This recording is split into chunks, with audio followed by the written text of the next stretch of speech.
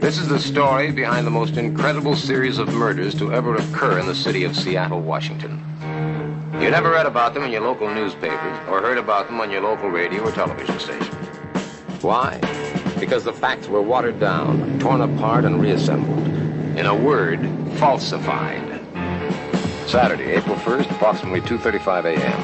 Marissa, one of the three belly dancers at Omar's Tent, a well-known bar in the Pioneer Square area. She was through for the night and on her way to St. James Street, where she could catch the 3 a.m. bus that would take her to her small apartment in the Shoreline Park area. Anxious to get home, she planned to take a shower and go right to bed. She never made it.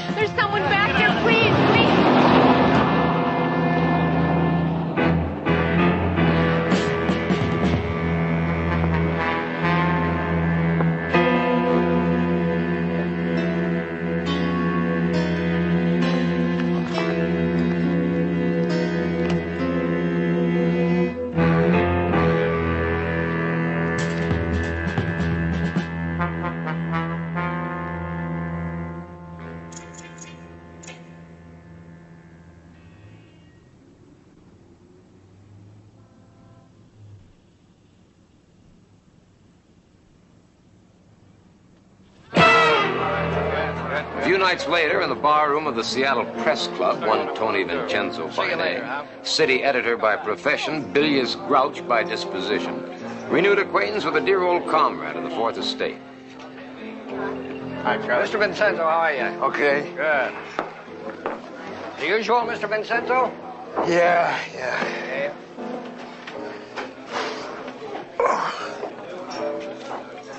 Where you been living, in a cave? There's a world outside, a world of facts. Stumble on and take a peek at them. Get your brains out of hibernation. Oh, no. Come on, you can't expect me to believe this. This doesn't make any sense at all. What's the difference if it makes sense or not? If it's true, you're supposed to be a newsman, aren't you? Not a critic. Well, I am. Take a look at this, then. Just take this one. Take a look around that corner. See if there isn't someone there that looks like he just came from a road company performance on the front page. And don't lecture me about the responsibility of the press, you cabbage head. I knew more about the press the day I was born than you do now. Oh, yeah. Oh, yeah. Oh, yeah. I mean, can you read English, or do I have to tell you what it says? See, right there. V-A-M-P-I-R-E. Vampire. That's what it says right there. Can you read the official coroner's report? Look at that. Blood drained from a victim's...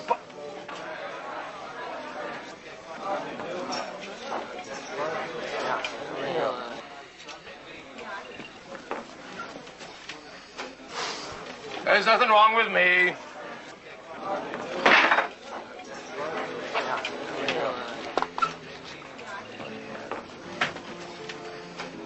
Vincenzo! Hello, Carl. What are you doing here in Seattle? What did I do in Las Vegas? Well, you fired me. That's what you did in Las Vegas. No. I didn't fire you. Well, in that case, then, you can hire me. Right, Vincenzo? Get this straight, Mr. Kolchak. No carnival or hoopla tactics on this paper. This isn't Funtown, USA. This is Seattle. We have standards here. We mind our P's and Q's. We hew precisely to the mark. Yes, sir, Mr. Crossbinder. You can count on me minding your P's and Q's. Yes, sir. So that's what happened to Cotton Mather, huh? Don't underestimate him. Maybe old, but his fangs are potent. So, what's my first assignment?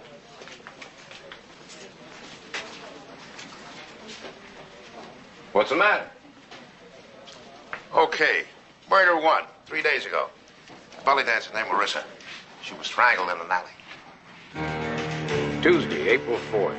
First stop police headquarters to introduce myself and see if any later information had come in about the Ethel Parker killing. There was nothing new. No useful leads given by the victim's friends, acquaintances, or family. Standard medical examiner's report. So far, the murder was a one-way street to nowhere. I'd like to take a... Make an appointment Well, with I'll my make an appointment with the secretary. You're going to have to make Captain, one. I'd like to make a little question. Hey, Captain, wait a minute. What's the matter? I want to talk to the captain. Second stop, Omar's tent. No leads. Ethel Parker never mixed with customers, had no known enemies, kept her problems to herself. Unmarried, all her relatives in Massachusetts, she'd left the mainstream of life without making a ripple. Third stop, the apartment of Charisma Beauty. Given name, Gladys Weems, one of the two other belly dancers at Omar's tent. Charisma Beauty? Who are you? Who's there, Wilma? Miss Beauty? Yes, I am. Excuse me? I beg your pardon? My name is Kolchak, and I'm with the Daily Chronicle. I'd like to ask you a few questions, you don't mind?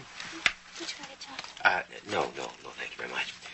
What I'd like to ask you was, She was something less than helpful, and I soon departed. Made a bit uneasy by the looks directed at me by her husband, Wilma Krankheimer. Fourth stop, the floating premises of Louise Harper, last of the belly dancing trio at the supper club.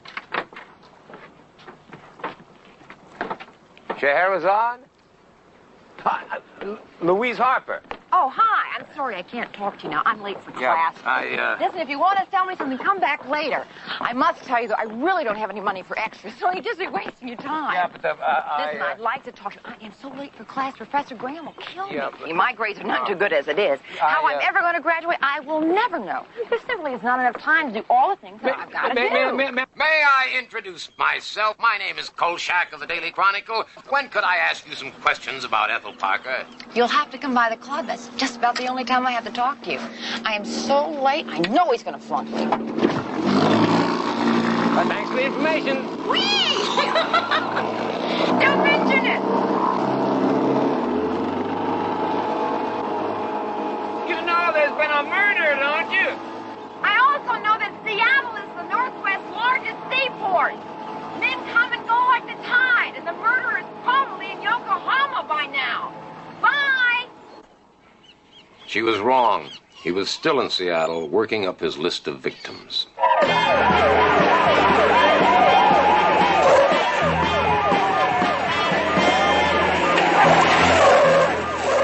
Cocktail waitress, Gail Manning. Disposed of sometime after 2 a.m. on the morning of Thursday, April 6th. A block and a half from the first murder. Captain, what do you intend to do about Who this? are you anyway? My name is Kolchak, sir, with the Daily Chronicle. I'd like to ask you a couple of questions on this. My back. Just when you get in your car, will you wait a minute? Listen, Captain, I got a lot of problems I got to take care of. Strangulation, neat and quick. No new elements was all they told us. Until the medical examiner's report the next afternoon. In attendance, Captain Roscoe Schubert of the Seattle Police and his staff. Holding forth, Dr. Christopher Webb of the County Medical Examiner's Office. Checking underneath the victim's hairline, we located what appears to be a needle puncture near the base of the skull, from which a small amount of blood was removed. Was there any puncture or loss of blood in Ethel Parker? We haven't had a chance to check on the puncture yet, but there was apparently a slight decrease in normal blood content. How slight? Well, that's hard to say. Maybe 6 or 7 cc's. Why wasn't it reported? The amount of loss seemed insignificant at the time. But not now. You have a point. Just a minute, Doctor. Who is this clown? Never seen him before. What? Kolchak, Daily Chronicle. Don't you remember, Captain? Oh, yeah. How could I forget? All right, now, Mr. Kolchak, may we continue? Certainly. Thank you very much. Go ahead, Doctor. As long as we get all the facts this time. Dissatisfied by what I had heard at the medical examiner's report, I paid a little visit to the morgue and found myself a chatty attendant with a taste for scotch. What he told me made chopped liver of the needle puncture and loss of blood, and explained why they hadn't let me look too closely at Gail Manning the night before.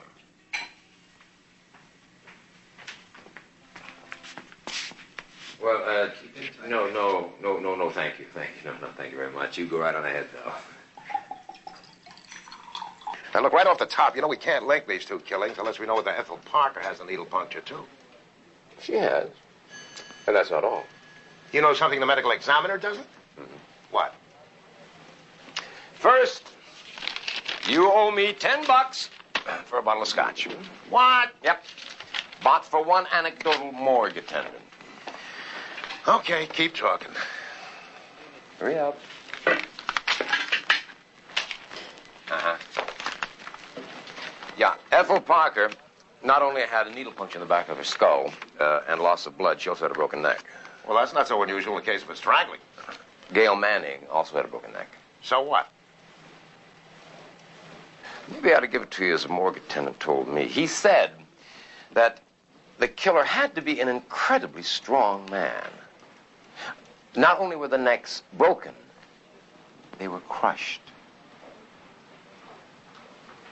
Boy, read on.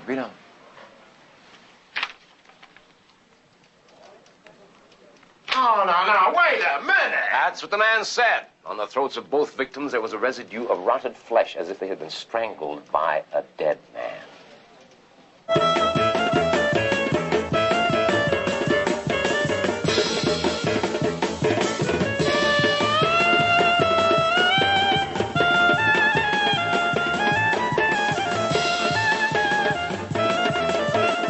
Friday, April 7th, 10:21 p.m.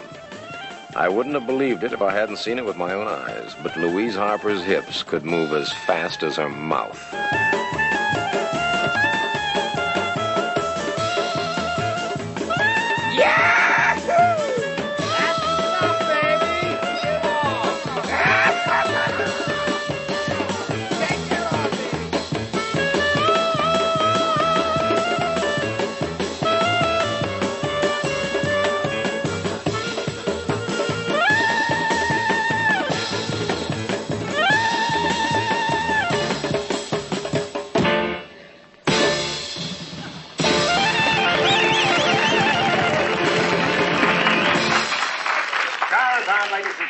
Princess of the East.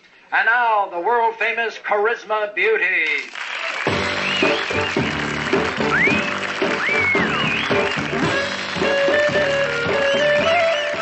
Knock 'em dead, Charisma. Why should I do that? I like them.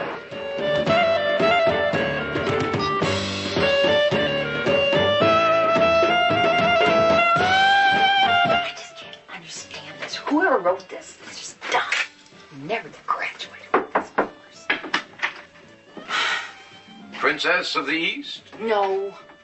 Dimwit of the West. Listen, I just can't talk to you right now. I've got to know algebra. Well, I'm great at figures. Bet you are. Go away. You know, if I could find a way not to eat, I sure could save a lot of time. Yeah, well, let's pick up talking where we left off. I mean, about the guys, thank you, Charlie. About the guys who come to see you dance, the regulars, you know. Did you find any strange ones in there, any odd ones, any weirdos? They're all weird. I mean, they sit there and stare at you with these big glassy eyes. Any of them could be the Strangler for all I know. What was that? Oh, that's the underground tour. A what? The underground tour. It goes down underneath Seattle. Oh, you're kidding. Yes, there's ruins underneath the streets here. What they call Old Seattle. Isn't that right, Wilma? Oh, I don't know. Here. Oh, thank you. I just love these sandwiches. I was talking about the underground, wasn't I? Yeah, you were, honey. There was this big fire back in 18-something or other, and for some strange reason I don't know about, they built it all back up, twice as big as it was before. Isn't that right, Wilma? Come on, Gladys. It's almost showtime. Although research was never one of my favorite pastimes, I'd called in the services of one Titus Berry, guardian of the secrets of Seattle buried in the morgue of the Daily Chronicle. Here we go. Thanks. Most welcome. I envy you. You do? Research. That's where the joy lies. Joy. And the fascination. Let the others scurry about gathering their contemporary bits of gossip. This is where the meat is found. Meat? Yes. For instance, no one has yet mentioned the distinct resemblance between this current series of strangulations and another series in the year 1951. Or was it 52? Yeah, similar. Oh, extremely similar. Really? He wasn't exaggerating. On March 27th, 1952, one Myra Johns was discovered strangled in an alley in the Pioneer Square area. On March 30th, a second strangulation took place in the same area. On April 2nd, a third. April 5th, a fourth. By April 14th, 6 women had been strangled, all of them in that area. The stories intimated that certain, quote, bizarre details, unquote, had been repressed by police officials. I wondered what they were. I hardly think we can say we have the same killer now as in 1952. Read on. Again? Again. Incredibly strong and had the rotted features of a corpse? Those are exact quotes, word for word, from Man of Simon Action in 1952. Well, you know I can't print this. Why not? If you don't know the answer to that, Kolchak, I don't know. I came to Seattle for some peace and quiet. What do I get? You again and another crazy story. Yeah, well, we'll soon see if it's crazy or not. How, asked the red-eyed editor, knowing that? Because if it is the same killer, he hasn't stopped killing. Sunday, April 9th, 1:42 a.m. Joyce Gabriel, on her way home from a late date, didn't know it was a bad idea to be in the Pioneer Square area late at night.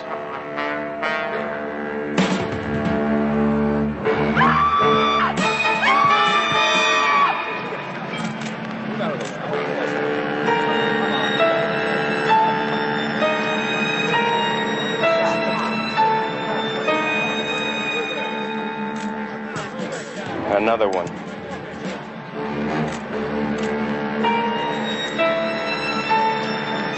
Just settle down, Miss Gabriel. I never saw anything like that in my life. I don't know why he didn't chase me after he killed her. I just, you know, I ran as fast as I could until I saw you. Now, listen, I'm telling you for the last time, I'm getting sick and tired of you butting into my business. Now, will you please let me ask the questions, Mr. Kolchak? Certainly, Captain. All right. Certainly. What did he look like? Are you deaf? Now, look, get rid of that tape recorder, too. Now, what did he look like? Oh, God, I hope I never see a face like that again. He looked like a dead man. Like a what? Like a dead man. No, sir. Don't say it. I don't want to hear it. What about the broken necks and the rotted flesh and the throats of the 3 I victims? told you I didn't want to hear it. Besides, it's not official. Not official? Who cares whether it's official or not? Look, you know it and I know it. I'll buy the possibility that some guy, a killer that strangled the 6 women in 1952. But a man, Carl, not some kind of super dead man. That's the way he has been described more than once. I don't care if he's been described that way more than twice. Let me finish my lunch. Where are you going?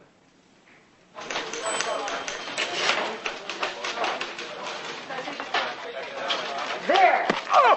An open invitation to the killer. Listen to this. I intend to walk the streets of the Pioneer Square area every night from now on. Just let him try to kill me if he dares.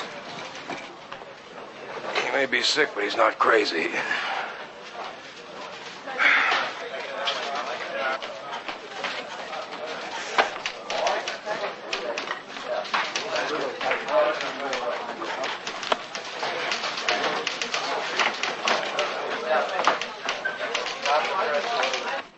I'm giving you this, Mr. Kolchak. because you had the thoughtfulness to put my name in your story on the 1952 strangulations. What is it? A burning curiosity impelled me to look further back into our files to see if there'd been any other strangulations of that nature. 1931? You gotta be kidding. Here it was again, March 29th through April 16th. 6 strangulations, certain bizarre information repressed by the authorities. Although a reporter named Jimmy Stacks, God bless him, nosed around until he uncovered the unofficial information that some of the victims were missing some blood, and that the killer was supposed to be some kind of Superman. Women. You notice that? Always women. Fascinating? Yeah, that's the word, Mr. B. Let's see, 1970, 1952, that's 21 years. 1952 to 1931, that's 21 years. That's right, I hadn't noticed that. That's very observant of you, Mr. Kolchak. Can you be thinking what I'm thinking? Let's have a look.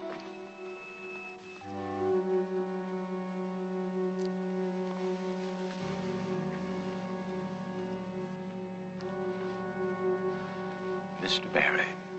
Mr. Kolchak. Shall we try for 1889?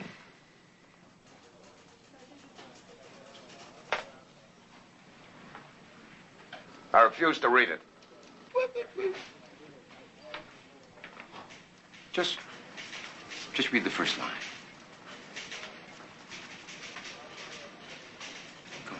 Come on. Just the first line. Come on, do yourself a treat. Come on.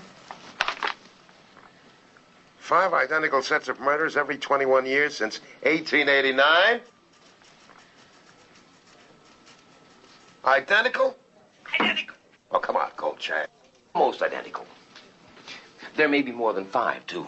The records stop in 1887 when the Chronicle was founded. I'm going down to Olympia tomorrow and check out the don't state rush, don't archives. rush into that. Wait, read the 1910 eyewitness description. I'll read it to you here. Oh, it's great. The maniac had the strength of 10 men and the face of a corpse. Cheekbones protruding through the flesh. Isn't that great? Hold it. Just hold it. You really and truly expect me to print that story with a corpse that's been running around, strangling people and crushing their necks for the past 84 years?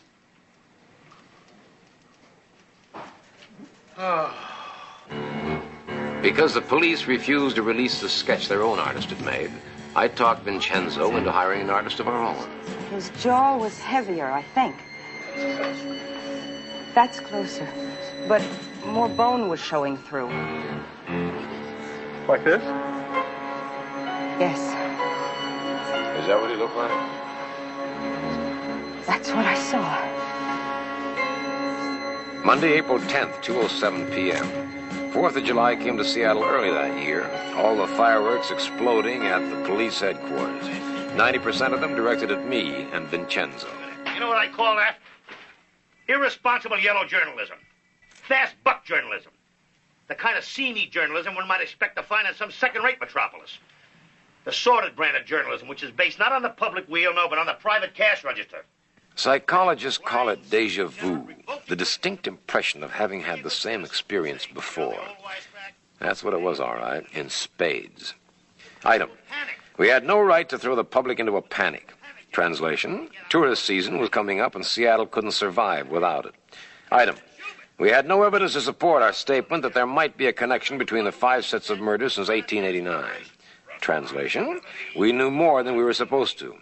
Item: the authorities were going to keep a watchful eye on us, particularly me, from now on. Translation: after a brief hiatus, I had, once more, taken up permanent residence inside a pressure cooker. Permit me to read you a brief memorandum. Quote, any repetition of this morning's front page assault on the mind and senses will result in the instant dismissal of all responsible persons. Unquote. Signed. Gone. You're almost right. How can I let this happen to me? How could I do it? I don't understand. Will you wait a minute? Will you just wait a minute? We wasted a lot of time. We wasted an awful lot of time fighting tooth and nail in Las Vegas about the obvious. There is no such thing as a vampire. That's what everyone kept saying, and the women kept dying. Now, let's not play that stupid game again. Besides, it's a great story. It's a fabricated story full of screwball speculation. Fabricated speculation? What have you been sitting on your brain? Just give me the facts, Kolchak, or stay away from me. Just the facts. Step number 1 in my fact-finding project took me to the main library, where I spent the rest of the evening checking through their microfilm collection of Seattle's newspapers. The murder trail apparently came to an end in 1889. But I found out something very interesting. As near as I could make it out, every set of murders had taken place over a period of 18 days, which meant that our killer, whoever or whatever he was, only had a week and a day to find his last 3 victims. That night, about 11:45, he reduced the number to 2.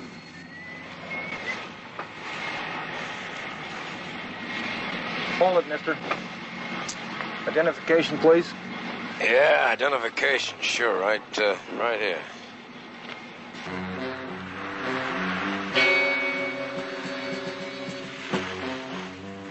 Hey, you! Hold it!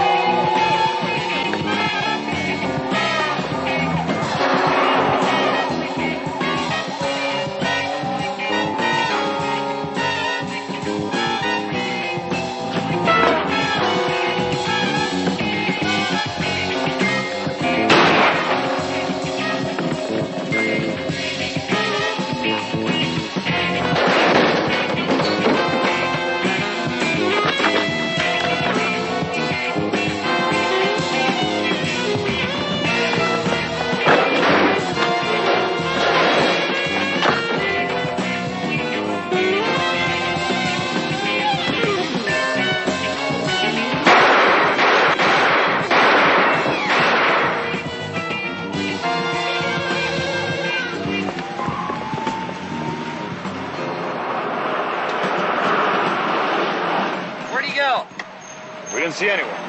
Better get the ambulance for those other guys. I'll take the camera. Jay, give me my camera there! What that?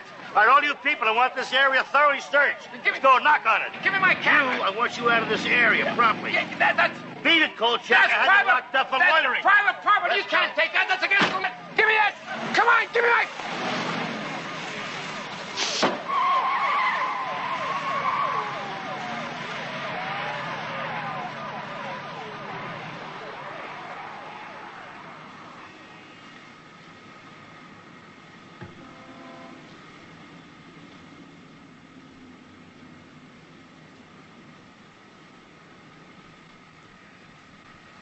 Just Molly and me, and baby makes 3. We're happy in my room. Mr. Joe Roberts, ladies and gentlemen. Put a big hand on, huh?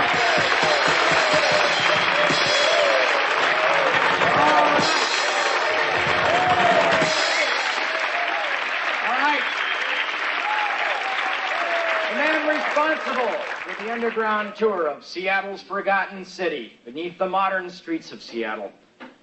That mouthful was devised by the man I'm about to introduce. Author, journalist, Mr. Bill Spidell. Thank you, young man. Welcome to Seattle's underground tours, folks. Before I go on, I want to tell you about Mother Damnable. After completely striking out on my efforts to get Schubert to return my film of last night's wipeout of the Seattle police, I decided to try another angle. Make room for the underground. I telephoned my belly dancing undergraduate friend and asked her to attend an afternoon tour of the underground with me. Confession of a Newsman, Chapter 1. Her being with me had nothing to do with the story. Those kids from Seattle High School spent 5 successive Saturdays, back in the spring of 1965. Cleaning up no less than 10 tons of debris down here so that people like yourselves wouldn't break your necks while walking around. All right, watch your step through here. You gentlemen can help the ladies, huh? Twice a day when the tides came in, the sewer system backed up and came right in with it, flooding every water closet, turning it into a fountain. I'll tell you, kids in those days weren't raised on Dr. Spock. They were raised on the tide table. Hey, watch your step. Let's go this way. It was like another world down there, a world of yesterday. Sidewalks and storefronts just as they'd been left after the fire in 1889. Windows built to admit the light, admitting only darkness now. Ground floors of office buildings now, the unused cellars of those buildings. The tomb of old Seattle just beneath the living streets of what Seattle is today.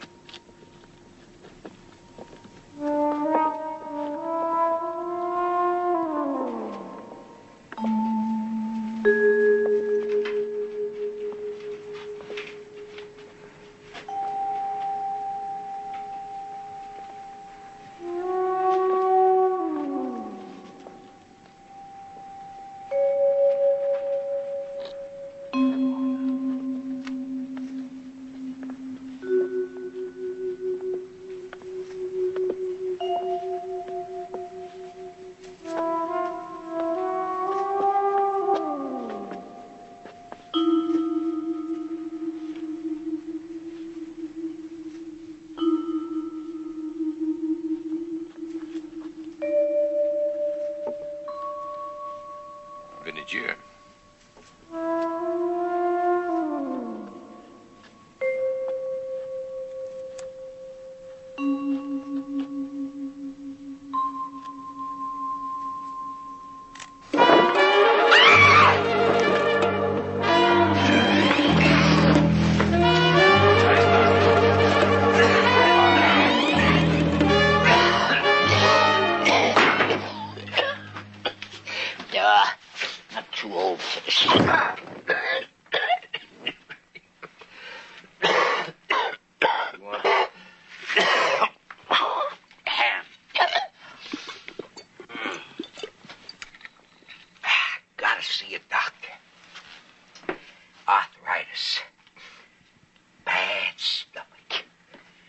Why'd you have to come to this place? Back. Never would have had to put my shoes on if I hadn't heard you come. My corns are killing me. Got a Charlie horse. Varicose veins. I'm getting a migraine. Are you all right? Yeah, of course I'm all right. Listen, have you seen anybody else around here who wasn't with the tours? Yeah. Yeah? Who? You too. Funny. Very funny. Well, if you do see someone or something around here, you get in touch with me at this number, and I'll give you $20. Here's a down payment. I could live 3 months on that $5.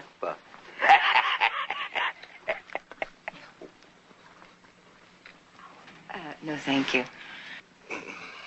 On me.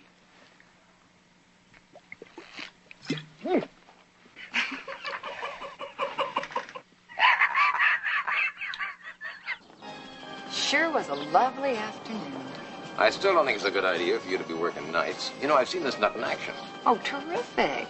You're going to pick up my tuition? It's very funny. Very funny. I just don't get it. What does he go between killings? I mean, we didn't find anything down in the underground. No. I don't understand it. How can he run like a track star, have superhuman strength, and look like a stiff? Now, what does he do with all that blood? I mean, it's like some kind of recurring nightmare. It's all happened to me before. What are you talking about? Well, last year in Las Vegas, when I was working for Tony Vincenzo, I uncovered a series of murders that turned out to have been committed by a vampire. No, a real vampire. A real out-of-the-coffin-at-night go-for-the-jugular type vampire. You don't believe me? No, well, neither did the cops up there. Neither did the FBI. Neither did Tony Vincenzo. Until finally, they had to. Well, as it turned out, however, they put a cap on my story, prevented me from writing about which I had seen with my own eyes, by hanging a murder rap over my head. Murder? Yeah. Yeah, I finally drove a wooden stake into the vampire's heart.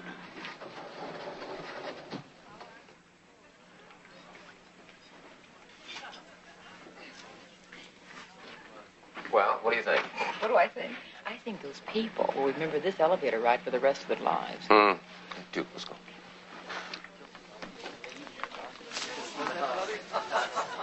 I don't know. I'm beginning to wonder whether maybe it isn't them. Maybe it's me. Listen, I think I know somebody you should see. There's this lady who's a teacher at the university. Well, she teaches anthropology. And she's a buff on just, every crazy subject there is in the world. Yeah? Ghosts, demons, vampires, and ghouls. You know, you just name it. You probably won't be too crazy about her, but she's got to be the one you talk to. Yeah? What's her name? Professor Crabwell. What? How can a man over 100 years old retain his vitality? Is it possible? If it were possible, I'd be sitting here an 80-year-old sex pot. However, staying young was not their purpose. Alchemy was conceived as an exalted notion, man at one with the universe. And will you please sit down? Yes, of course. These men led Spartan lives, living in the most humble of quarters, eating the most humble of foods. The Count St. Germain, for instance, existed on a diet which consisted solely of oatmeal, groats, white meat of chicken, and a little wine. It just seems to me that a diet like that would make a man old before his time. On the contrary, he remained young for a number of years, in addition to which he was said to have possessed almost superhuman strength. Tell me, what other ingredients are in this elixir of life? Milk or meat, celandine or honey, red wine vinegar, hair, sweat, blood. What kind of blood? What do you mean, what kind of blood? Human blood, of course. What are you smiling at? Hi there. Got a moment? What are you doing here? Just wanted to talk with you, man. What about? The elixir of life. Go to journalism school, my father said. It's a good, sound, down-to-earth profession. Don't you want to hear this? What I like to do is raise tulips for a living, but there's not too much of a demand. Suppose an elixir of life could actually be produced. How do you think it'd work? I mean, do you think that one treatment of it would cause everlasting youth? Or do you think that, periodic treatments might be required? Say... Wait a minute. Don't tell me. Let me guess. Every 21 years? Good guess. Now, suppose at the end of this 21-year period, the man who took the magic elixir began looking a little moldy, kind of like what he really did look like, actually, a 100-year-old man. Suppose he had to make a new batch of the elixir and had to make it within a period of 18 days. Suppose that the one ingredient he didn't have was blood. Very good. Suppose he had to go out late every night to get that blood. And suppose he got it from the bases of his victims' skulls with a hypodermic needle. And suppose he was so strong that when he strangled his victims, he crushed their necks. And suppose his fingertips were starting to decompose and left fragments of them on the women's throats. And suppose you flap your arms and fly right out that door. And suppose you check on the dictionary and you discover what the word fat means, Kolchak. Fact! Fact! As I rode home from work that night, I wondered where the killer was and if my theory about him was true. Partly true, or, as Vincenzo would have it, factless, hopeless, and useless. I wondered when and how he'd get his fifth victim, since the entire area was being guarded so closely now. I didn't have to wonder long.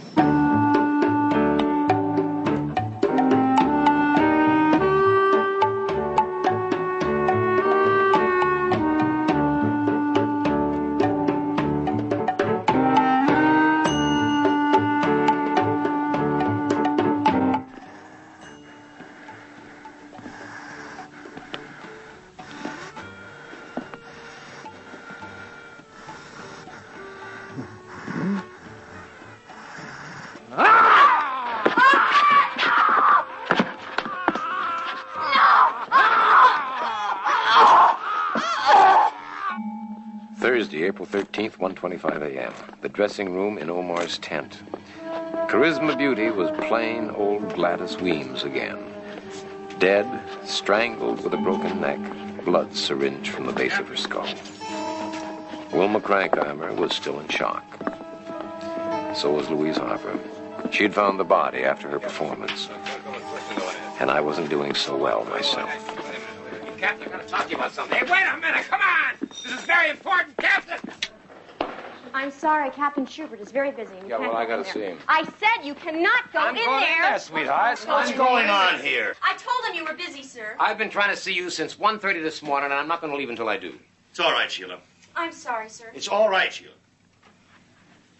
You got to put police women on the waterfront streets at night. Do I, Mr. Yeah, Kolchak? you do.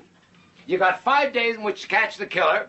Otherwise, he's going to disappear. Oh, is he, Mr. Kolchak? Yeah, he is. He is. Every 21 years since 1889, he has killed 6 women in 18 days precisely. Precisely, Mr. Kolchak? Precisely. Precisely. Well, no doubt we lack your eagle-eyed perception, but somehow we fail to see the exact, precise pattern you keep babbling about.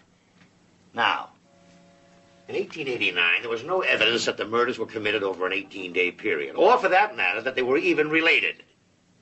You check? Yes, we do a little research, too, sometimes. Now, to continue. In 1910, there was blood loss reported in only 3 of the victims. Yeah, what about the description The of the... description of the murder was made by a mental defective in his cups, and... What about the 1952 descriptions? Were those made by a mental defective in his cups? He was a bank president! In 1952, there were 8 murders committed during an 18-day period. Now, what does that do to your theory? 2 of them by stabbing, which invalidates... And after the 6th strangulation, an eyewitness described the murderer as being, quote, rather handsome, unquote. Oh, you mean you missed that? Well, well, the witness obviously made a mistake. I mean, he had to. Did he, huh? Yeah. Tell me something, then. If it's the same killer, why no signs of rotted flesh on the throat of last night's victim? And one last question. Why am I wasting my time on you? Facts obviously mean nothing to you at all. There is one last fact, Captain. By next Tuesday, that killer's going to disappear for 21 years. And the way your police have got the Pioneer Square area bottled up, he isn't even going to show his face. Which face is that, huh? The rotted one of your so-called super killer your newspaper saw fit to print? So-called? I saw that so-called super killer wipe up the streets with your so-called police force. I had pictures to prove it that you wouldn't let me print.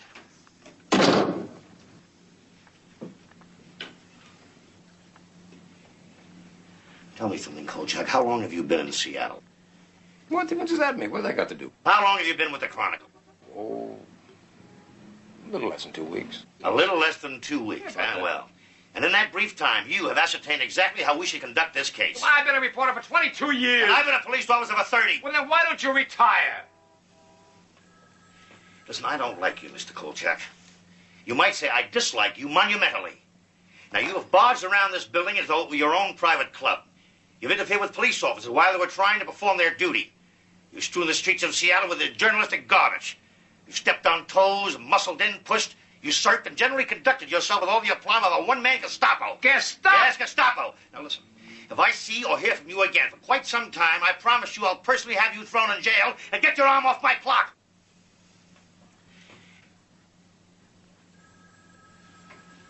I'm telling you, you've only got 5 days left. And I'm telling you to get out and stay out. Cease, mister. Cease, desist, and vanish, or else. At least search the underground. The killer's down there. That's where he isn't. The underground was searched. Nothing at all was found. Sheila! Yes, we did that without consulting you. I hope that's all right, Mr. Kolchak. Sheila, show Mr. Kolchak the door. Good day, sir.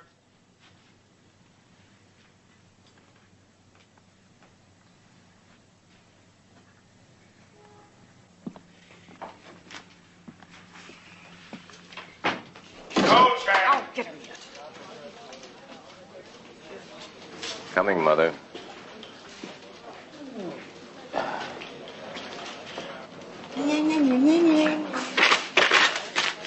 I warned you about bugging the police department, didn't I? Yeah, didn't I? So what? So Schubert's office just called Crossbinder. Crossbinder called me. And once again, thanks to you, I'm flying on a griddle. Why? Why? Are you for real? You barge into Schubert's office, you tell him how to run his case, you tell him he's suppressing the news, and you ask why? He is suppressing the news. He does know how to run the case. The killer is down there, Tony. He is down there Well, why did in they the get him out of underground. there? Because he is hidden away someplace that nobody knows. Then how the heck can they get at him then? By breaking open the walls. I don't know. Listen, Crossbinder's got some influence in town, hasn't he? What about it? You have got to talk him in to pressuring the police, forcing them to do what I want him to do. You know what you just said? Well, of course I know what I just said. I just said it, didn't I? No, you don't know. It's finally happened, Kolchak. You've gone schizoid. No. You'll be wearing robes in the crowd next. No. I'll tell you what's finally happened, Tony. You have lost your guts. You have sold out. Sold out? Sold out. Why, you miserable, egocentric... You are off the story. I am what? You heard me. You are off the story. You know something, Tony? You're getting old. You're getting very old. Out. Out! Out! Get out! Just one small item, Mr. Kolchak. Mark Twain. 5th paragraph down. 5th paragraph down, 2, 3. Oh, yeah. Mr. Twain noted with typical dryness of tone that he had a most intriguing conversation with a local physician who claimed that physical immortality... Oh, this is very good, Mr. Barry, very good. And physical mortality was not only possible, but probable, indeed practical. Mr. Twain remarked... Yes, the physician's name is Dr. Richard Malcolm. You wouldn't have anything on this Richard Malcolm, would you? Just one small item.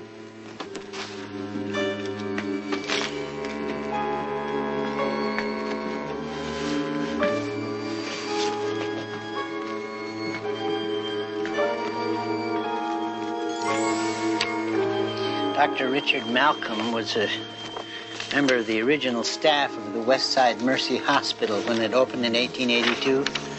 There's the original story and photograph. The Civil War? He was a surgeon in the Union Army. Is this hospital still standing? Oh, I don't believe so, Mr. Kolchak. I think there's a clinic there now. I took a fast trip to the clinic, hoping they might have the record files from Westside Mercy Hospital stashed away in their cellar somewhere. I asked Mr. Barry to keep checking his own records while I was gone and find out what else he could about Dr. Richard Malcolm. I never had to search the cellar for those records. I found my answer just inside the lobby door.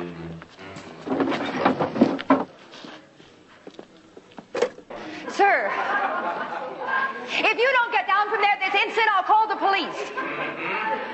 Did you hear me, sir? All right, then. All right, then. Call the police. Tell them we have a vandal here. Tell them to get here right away.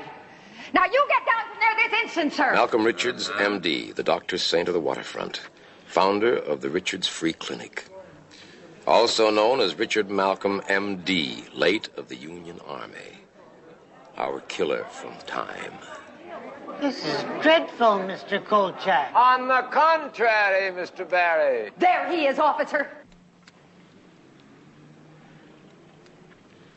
Tony. It is to be regretted, Mr. Kolchak, that leg irons and mouth blocks were outlawed some years back. Now, will you wait a minute, please? Will you take these things off? I warned you, Kolchak. Congratulations, Kolchak. You have plumbed a new depth.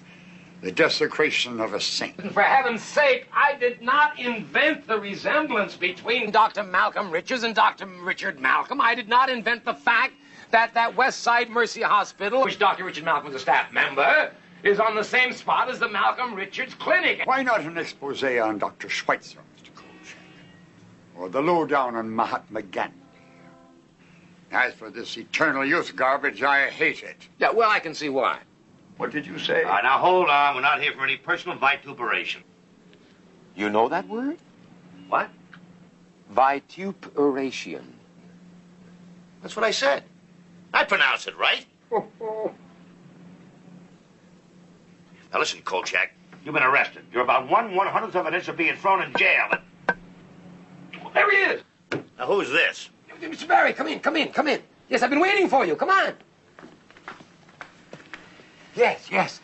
Did you get it? Yes, I thought perhaps... You thought right, Mr. Barry. Who is this man?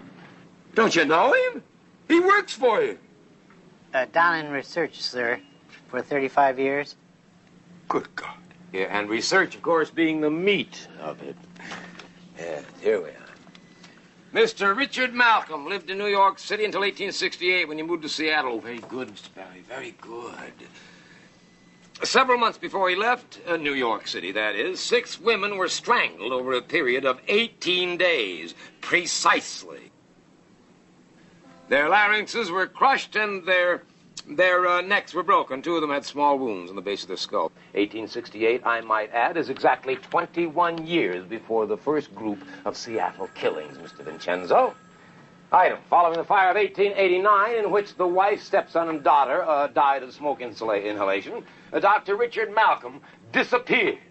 1889, as we know, just happens to be the year in which the first group of 6 killings occurred, Mr. Vincenzo.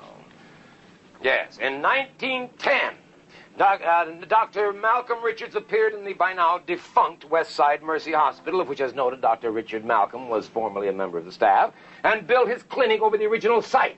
1910, by coincidence, just happens to be the year in which the second group of 6 killings occurred, Mr. Vincenzo. Kolchak? Again, more broken necks and more missing blood. Now listen, Kolchak. Wait a minute. Wait a minute. In 1931, following reports that he had developed some kind of a, quote, strange degenerative skin disease, unquote, Dr. Malcolm Richards disappeared. Oh, 1931, just by coincidence, happens to be the year in which the third group of similar killings occurred, Mr. Vincenzo. Oh, photos. Do you have any photographs? Yeah. Did you get some?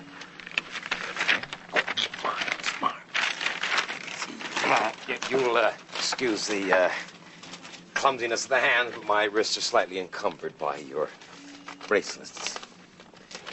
Now, this photograph of Dr. Richard Malcolm and the slightly doctored photograph of Dr. Malcolm Richards are identical down to the white scar above the right eyebrow. Huh? Now, this photograph was taken during the Civil War when Dr. Richard Malcolm was a surgeon with the Union Army. The photograph of Dr. Malcolm Richards was taken in 1926. It showed a man in his 40s. Now, how can a man almost 90 look like a man in his 40s?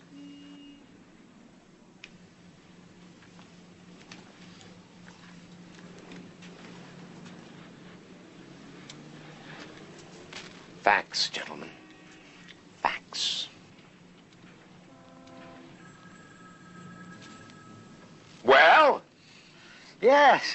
Well? You shut up. Well. Fascinating. All right, what are we supposed to do now? Congratulate you? Find him, mister. Go down underground and search for him. You haven't searched enough. And put some policewomen in the area. Lure him out of his lair.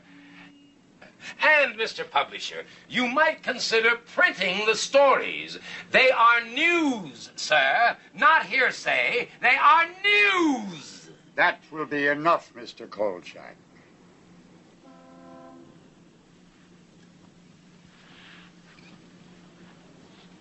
Perhaps, Mr. Kolchak, it would be a good idea if you stepped outside for a moment. Delighted, sir, delighted. If I could get my jewelry removed. All right. Judd, get him out of here. Take the handcuffs off him. Thank you. I just await your decision, gentlemen.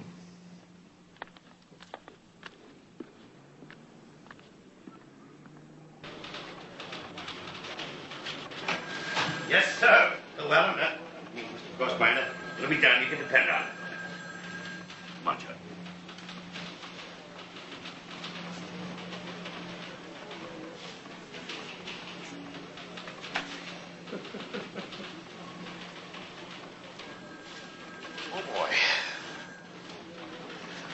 Okay, Carl. I don't know how I did it, but I got you off the hook. You did? You're a genius, Tony.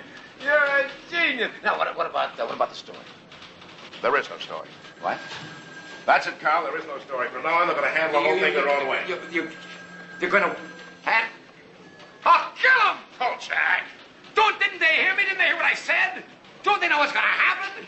I mean, if they don't lure him out, if they don't get Malcolm out of there, he's going to get his 6th kill somewhere else, and he's going to disappear for 21 years. Didn't they hear me? Don't they know what's going to happen? They intend to panic an entire city just for your sake, Kolchak. Period.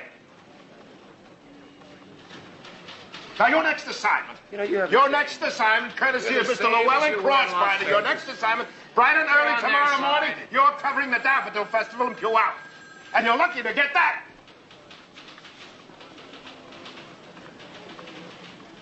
Puyallup. It was with deep regret that I chose to forego the joys of daffodils in Puyallup, but I had other plans. Saturday, April 15th, 2 a.m. We started out. One belly dancing undergraduate and one reporter who, despite his air of spit-in-their-eye confidence, hoped to heavens he wasn't hastening said undergraduate to her doom. It didn't help my conscience any that Louise Harper had agreed immediately to help me, angered as she was by the death of both her co-performers.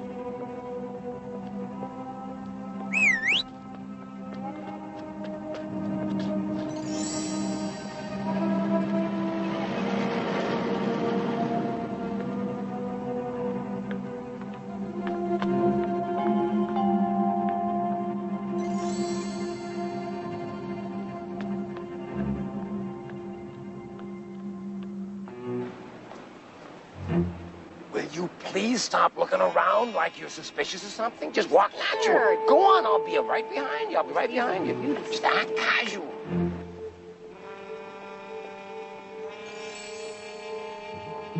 The first 3 nights passed without any particular incident. Most of the time was spent trying to duck the police. On the 4th night, things began to happen.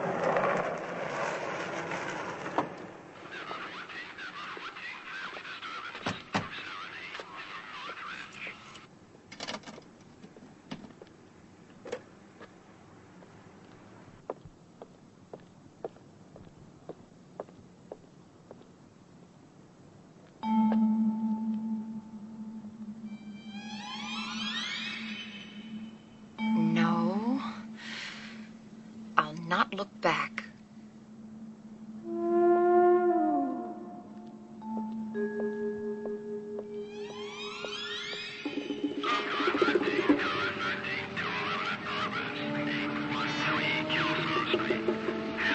All right.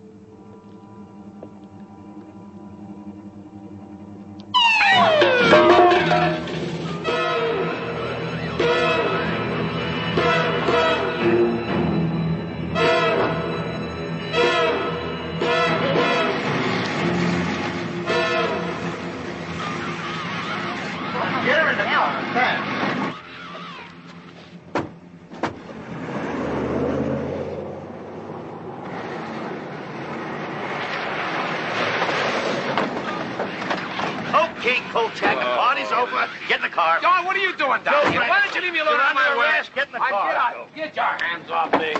Get your... Don't push. Don't Shut up. push. Don't...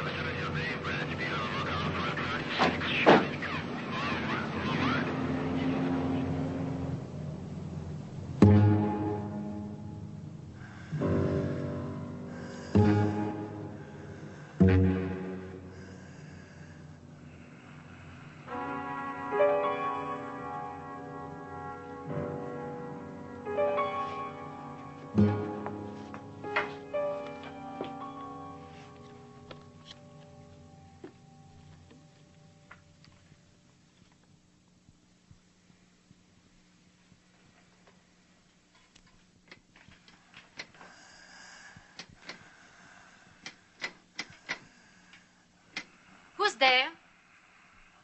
We're closed.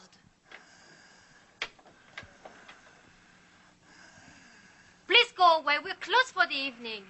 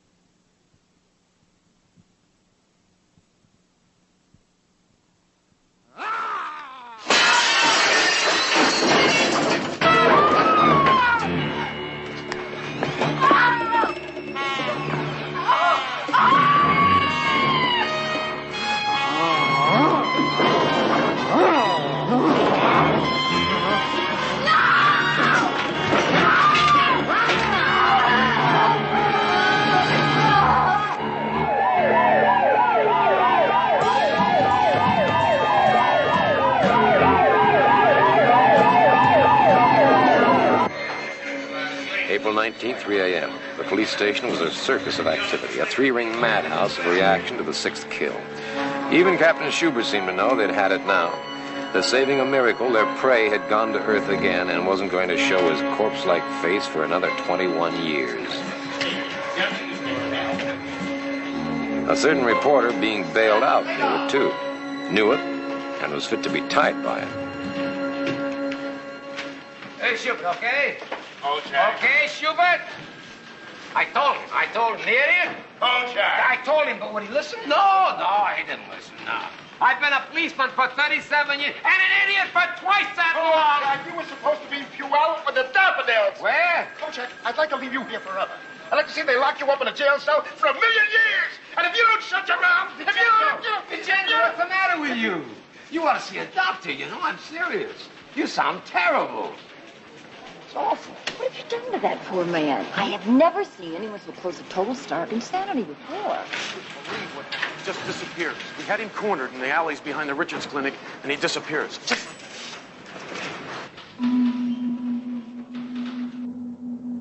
Vincenzo was so upset it took me an hour to get rid of him, and then only because I promised to go straight home to bed. Maybe no one else knew what was going on, but I was sure that I did. Our man had to have a way in and out of some secret part of the underground. And the basement of his old clinic had to be it. Hear the shadows.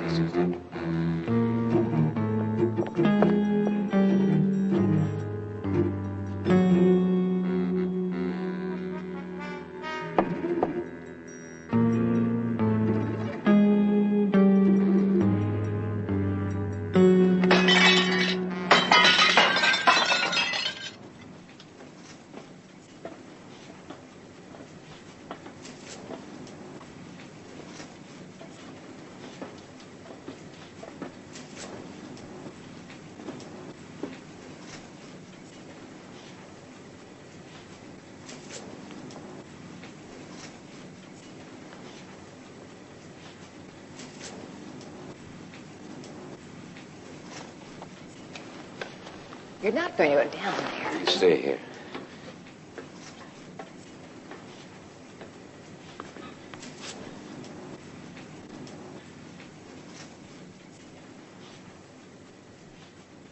What is it? Looks like a big air shaft down here. Where does it go? All over. I'm gonna check it out.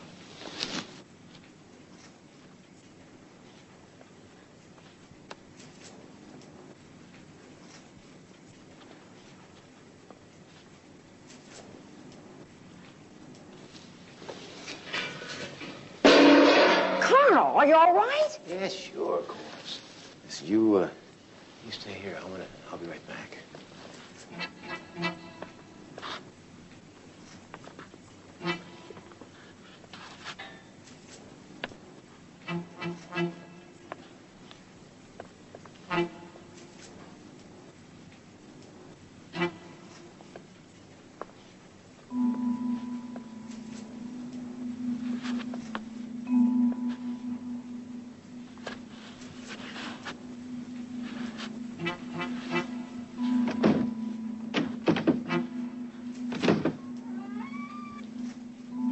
Just when I thought I'd finally struck out, I found it.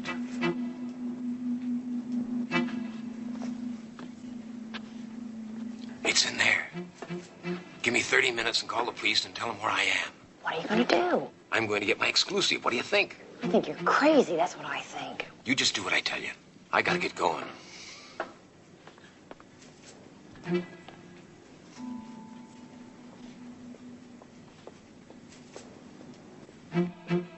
Here it was, the hidden city beneath Seattle's underground. I was descending to the world of yesterday, the world of the 19th century, of bustle pads and high crown hats and Queen Victoria.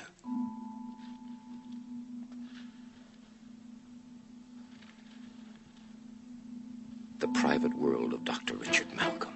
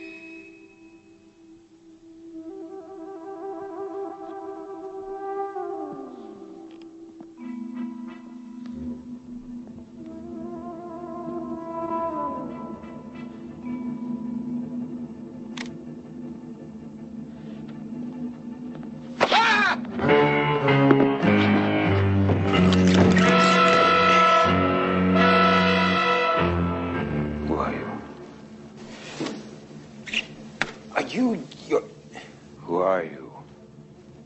Call Kolchak, a Daily Chronicle. How did you get here? Through the cellar of your clinic. Clinic? I have no clinic. Why do you say that? But you are. You are Dr. Richard Malcolm.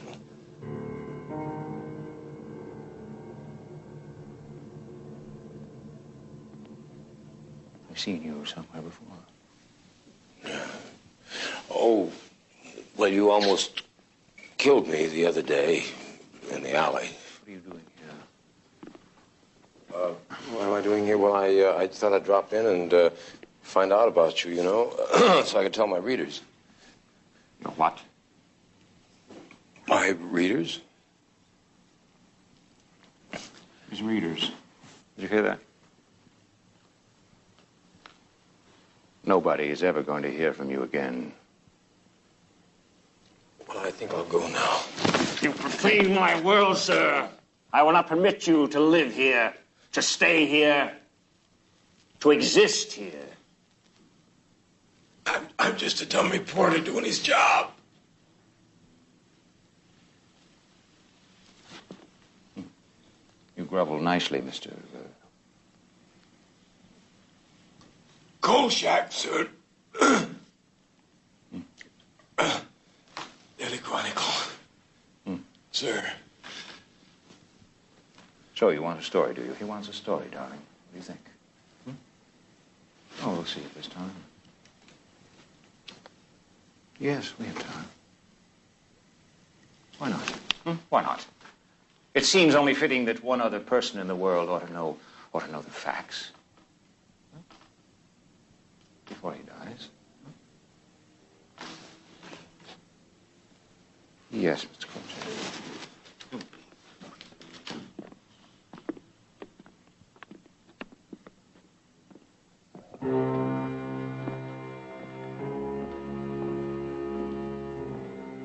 I'll not bore you with the details of how I evolved my formula. Suffice it to say that the additive which ultimately made it work for me was the blood of women removed from their brains in the 7 seconds following their death.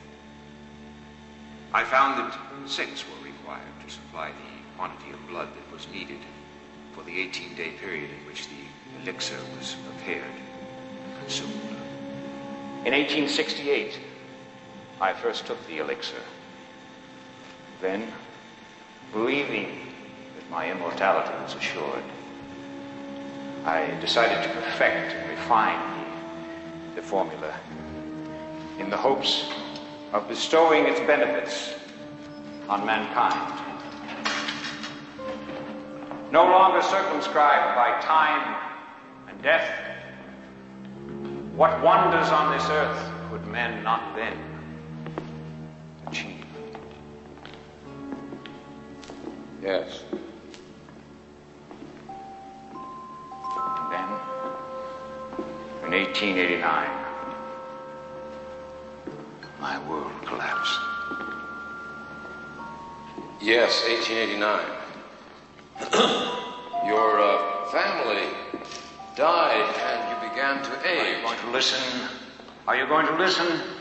Or are you going to interrupt? No. Listen. Yes. I discovered that the effects of the elixir were not permanent. I began to age. I had to kill again. Restore myself. That's why you look the way you do now, isn't it? Yes. Stage by stage. In 18 days. That's the way the elixir works. Yes. And then I shall have 21 more years to make its effects permanent. 21 more years? That's all you're ever going to have, isn't it? That's not true. I'll find the answer eventually. Eventually? How many more women are going to have to die? What's a few lives compared to immortality, Mr. Kolchak? This is the 6th and final dosage. I shall take it shortly, and the revitalization shall be complete. If I don't take this final dosage now, the process will reverse itself. But I will take it.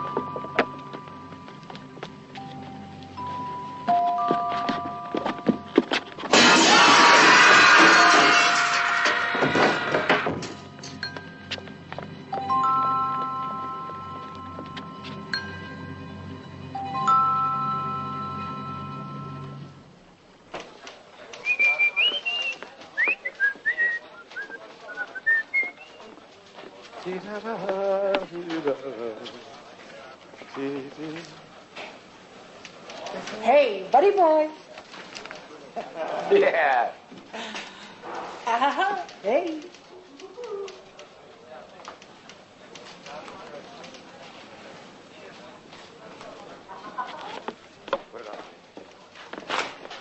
Vincenzo!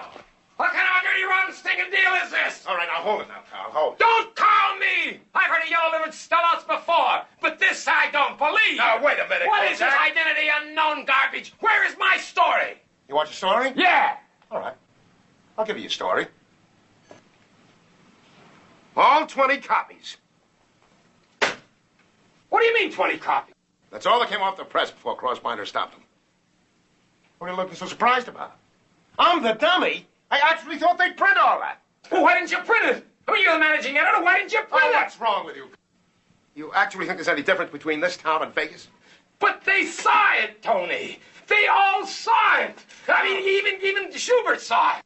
Carl, no one in Seattle's going to admit that a dead man's roaming around that city killing people since 1889, but I was stupid enough to think that they would. So this is it, huh? And I'm out of a job. Is that right, Vincenzo? And that I feel bad about, Carl. Yeah, why should you feel bad, Tony? I mean, you're still working. Oh, I don't deserve that, Carl. If you had any guts left, any at all, you'd go upstairs and... All right, Carl, I've had enough. So have I. Don't ever do me any more favors. Do you any favors? Why, you miserable, ungrateful... Ungrateful? What do you want me to do? Thank you? No! Just get out of here. Get out! And next time you do me a favor, here, you see me again, just keep walking. With pleasure. And thanks, Vincenzo. Thanks for nothing.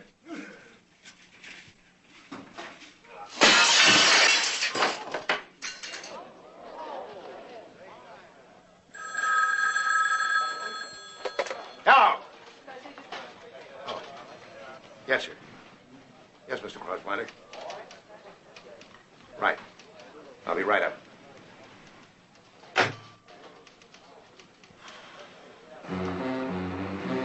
So there it is, another tale of defeat snatched from the jaws of triumph. Another case of virtue unrewarded, of dishonesty being the best policy, injustice rampant. Shut up and put that stupid recorder away. Let me sleep. Get that story published. God, don't tell me when I'm going to get published. Nobody's going to kill this story. It's already been killed, Kolchak. Bury it. Not this one, no, sir. I'd like to see somebody shut me up on this one. Can anybody shut you up? Mr. Vincenzo, you are a passenger in this car. This is my automobile.